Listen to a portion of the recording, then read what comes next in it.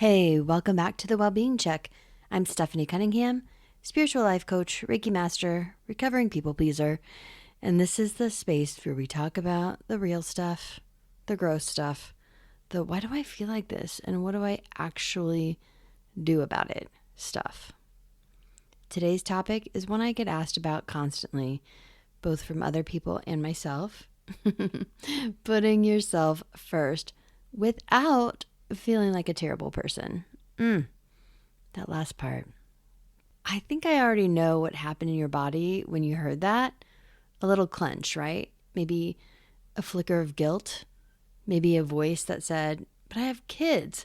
Or, but my team needs me. Or, I can't. That's just, not who I am.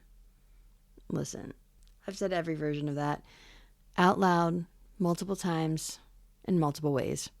But I want you to stay with me because by the end of this episode, I want putting yourself first to stop feeling like a dirty little phrase and start feeling like the most responsible, most loving thing you can do for yourself and for everyone else around you. So let's get into it. We need to honor that the guilt around this is very real.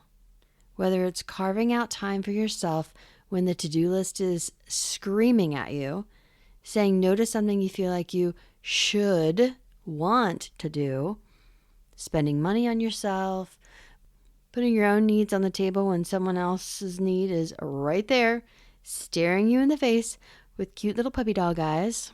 It can feel selfish, reckless, even a little arrogant, actually. Like, who do you think you are? And you know what? Most of us were never taught that our own needs actually matter. And they matter equally. We're taught to give, to be there, to show up for everyone else. And that's beautiful. I'm not anti-generosity here. Okay? Don't think that that's where I'm coming from. But somewhere along the way, service got twisted into self-deletion. A lot of us have been running on empty for so long that we've completely forgotten what feeling full is like. More like who we even are at our core. Who knows? Ignoring your needs, your wants, and your desires is not virtuous. It backfires every single time. When we give ourselves up entirely in the name of serving others, we eventually hit a wall. We feel overwhelmed, stretched impossibly thin, and totally disconnected from our own lives. And then we wonder why no one really sees us, why we feel invisible, unappreciated, or like we're just going through the motions. But here's the deal. We can't be seen and loved for who we are if we don't know who we are. And we can't expect people to give us what we need if we live as though we have no needs at all. Many times we get to the point of burnout, and it isn't because people don't understand us. It's because we don't understand ourselves. We're not clear on what we want or what we need. We're executing the way we think we're supposed to, rather than the way that actually feels good and true to us. And that gap between who you're pretending to be and who you actually are is exhausting to maintain. I know because I maintained it for years, and you know exactly what I'm talking about. Okay, so let's talk about what putting yourself first actually means. Because I think the version most of us have in our heads looks like someone who checks into a resort and never comes back, stops answering texts, lets the kids just fend for themselves, just vibing in a bathrobe indefinitely. And that's not what we're talking about. Here's a definition I want you to work with. Putting yourself first means understanding what you need and what you want and making decisions that align with those ideals every day. Let me say that again, slowly. Putting yourself first means understanding what you need and what you want and making decisions that align with those ideals every day. I didn't say ignore everyone else around you. I didn't say be unkind, be cold, or stop showing up. I said know yourself, then act accordingly. That's it. That's the whole framework. It sounds simple, and in theory it is. But for a lot of us, especially those of us who have spent years managing everyone else's comfort, moods, expectations, schedules, this is actually revolutionary. Because we have to unlearn the belief that our needs are a burden, an inconvenience, or somehow less important than everyone else's. And that unlearning takes practice. It takes a daily, intentional practice, but it's available to you. So what does this actually look like when you're living it? Let me paint some pictures. Putting yourself first looks like saying yes when you mean yes. Not yes out of guilt, not yes because you're afraid of what happens if you say no.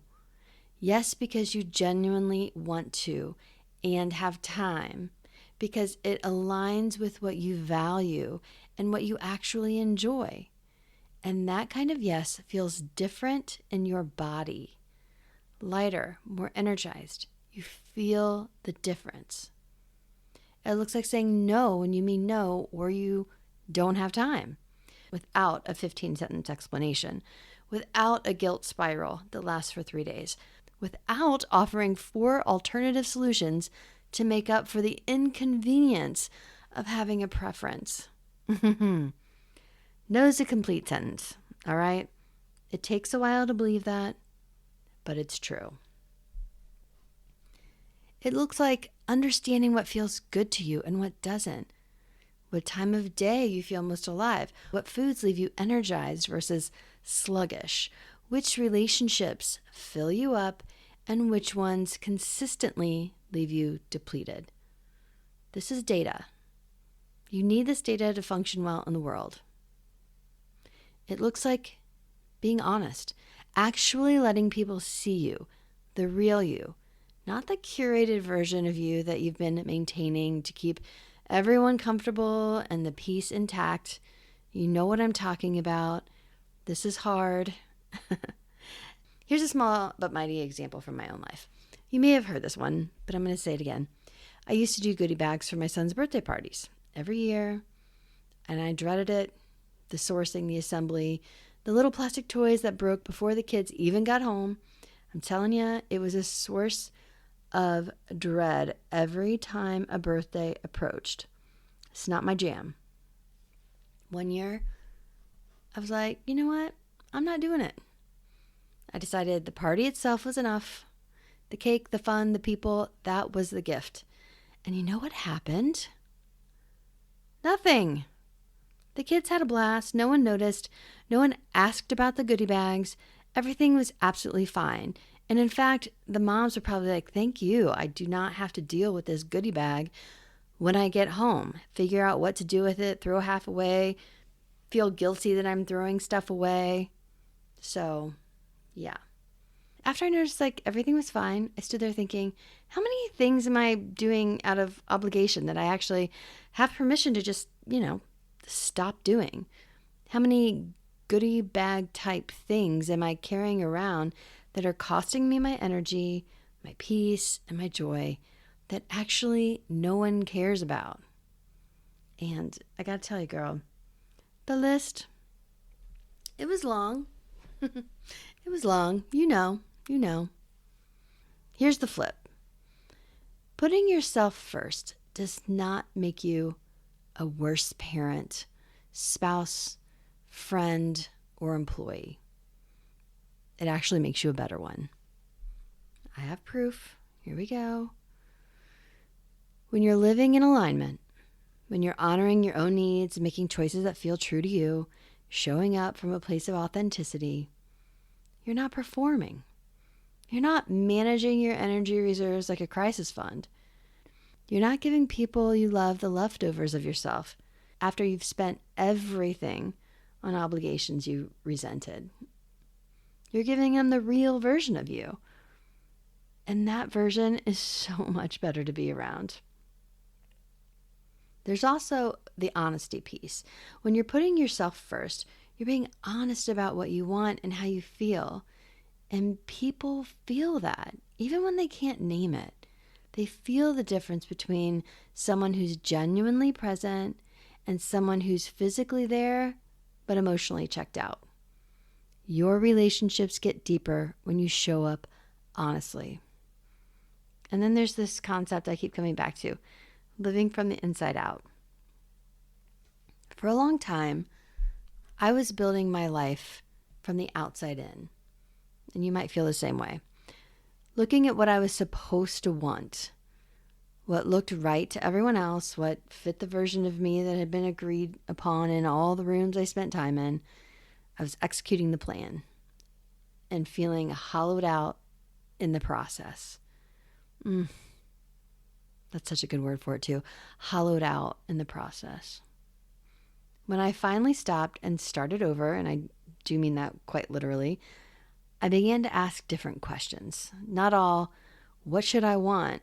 But what do I actually want to feel? What does success look like for me specifically?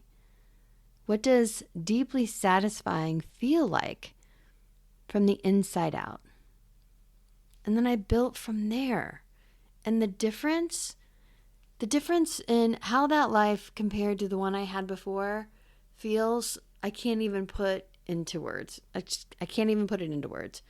My friendships are deeper. My work is more meaningful.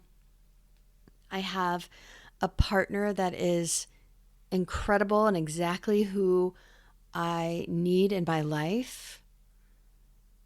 And even when there are hard days, it still feels purposeful because I know why I'm doing this. I know how I want my life to feel in general, and it does. And that's what living from the inside out gives you. And it starts with putting yourself first. Here's a thing that lives really underneath all of this, and we don't really talk about it enough. Every time you make a conscious choice that honors your needs, every time you say yes when you mean yes, no when you mean no, and choose something because it genuinely feels good and aligned, you are sending yourself a message. And that message is, I'm worthy. Worthy of feeling good, worthy of having what I want, worthy of a life that doesn't feel like a constant, unending sacrifice. And those messages compound. Over time, that sense of worthiness becomes your baseline. Not something you have to fight for every single day, but something you simply live in, right? A place that you start and you live from. And from that place, you have so much more to give to your kids, to your partner, to your team, to your community. You know you can't pour from an empty cup. You've heard that. And I'll take it one step further. You cannot teach the people around you, especially the young ones watching you, to value themselves if they see you constantly deprioritizing yourself. You model it. You show them what it looks like to know your worth and to act accordingly. And that's what you want for them. And that is one of the greatest gifts you can offer. Let them see it done.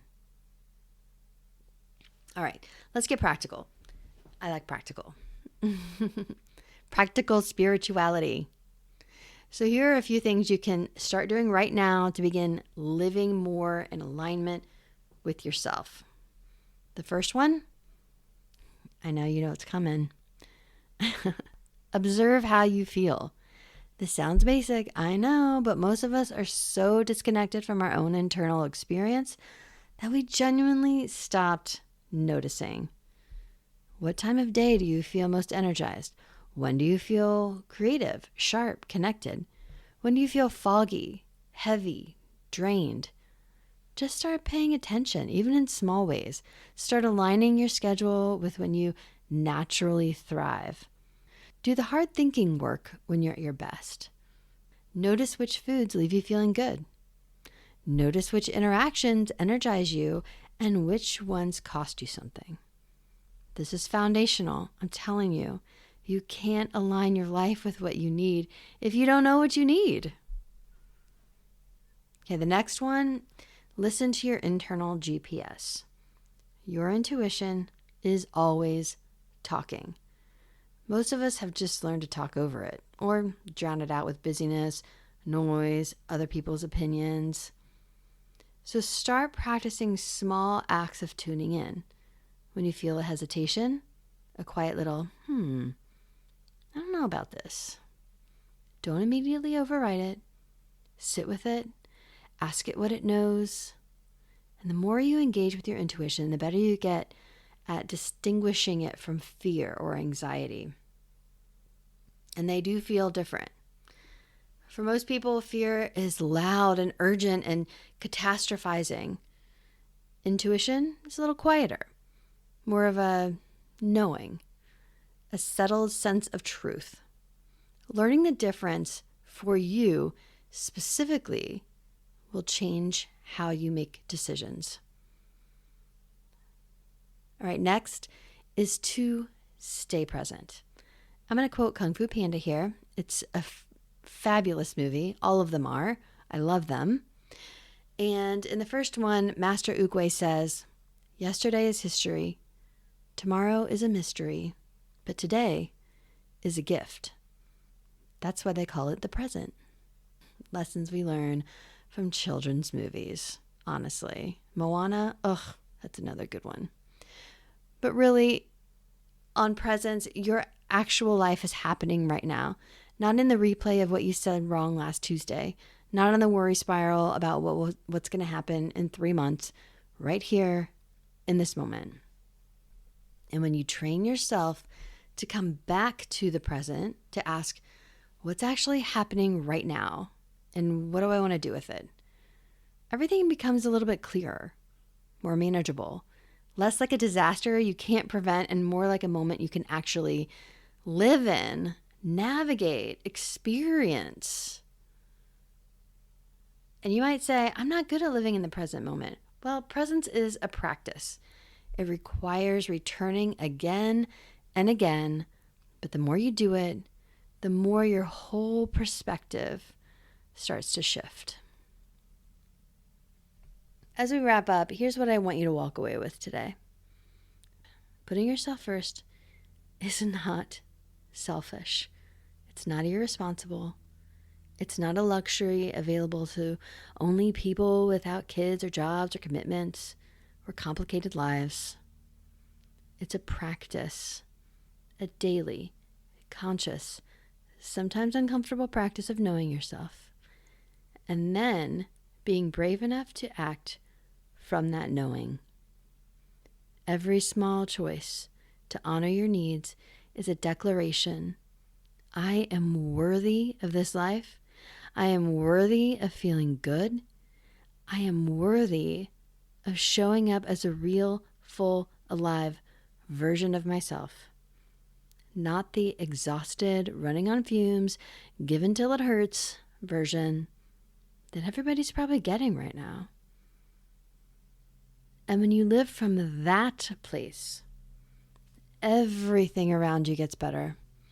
Your relationships, your work, your capacity to show up for the people you love, your ability to actually enjoy the life you've built. This is the work, man. It's quiet work. It's daily work. Sometimes it's saying no to goodie bags. Sometimes it's a much bigger thing. Saying goodbye to those work situations or relationships that just don't work anymore. But it all adds up to a life that feels like yours. That's all I got. I'll see you next time. Until then, be well.